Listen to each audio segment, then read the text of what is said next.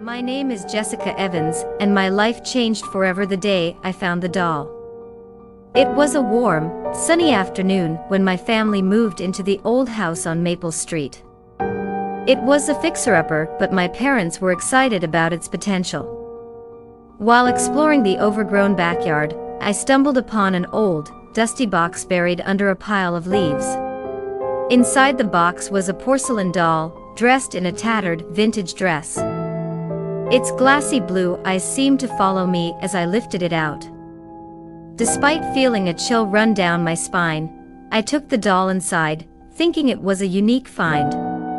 That night, I placed the doll on a shelf in my bedroom and went to bed. Around midnight, I was awakened by soft, whispering voices. At first, I thought it was my parents, but as I listened closer, I realized the whispers were coming from my room.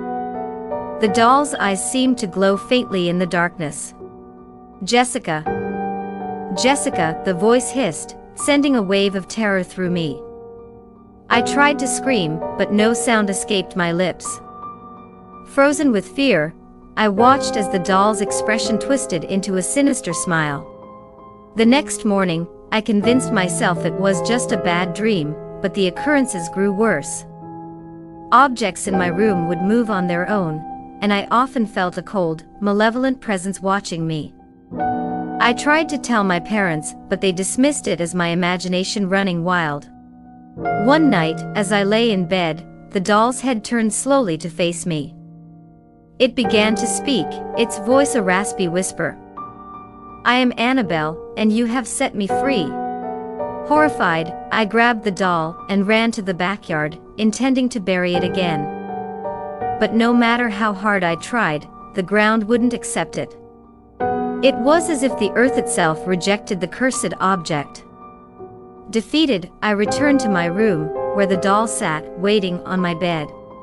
From that night on, Annabelle's influence grew stronger.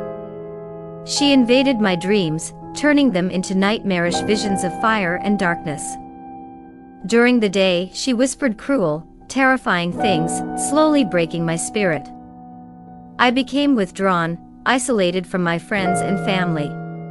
Desperate, I researched the house's history and discovered that it had belonged to a family who vanished mysteriously in the 1800s. The doll, Annabelle, was believed to be cursed, tied to the disappearance of the children who once lived there. Armed with this knowledge, I sought out a local priest, Father Thomas, known for his expertise in the occult. He agreed to help and came to our house, armed with holy water and a crucifix. As he began the exorcism, the doll writhed and shrieked, the room filling with a chilling wind. "Leave this child," Father Thomas commanded, his voice strong and unwavering. The doll's eyes glowed with a fierce, unnatural light, and for a moment, I thought it was all over. But with a final, agonized scream, the light faded, and the doll fell lifeless to the floor. The house felt lighter, the oppressive presence lifted. Father Thomas took the doll away, ensuring it would be sealed and buried in consecrated ground, never to torment anyone again. Life slowly returned to normal, though the memories of those terrifying nights lingered. My name is Jessica Evans, and this is my story. Be cautious of the things you unearth, for some secrets are better left buried.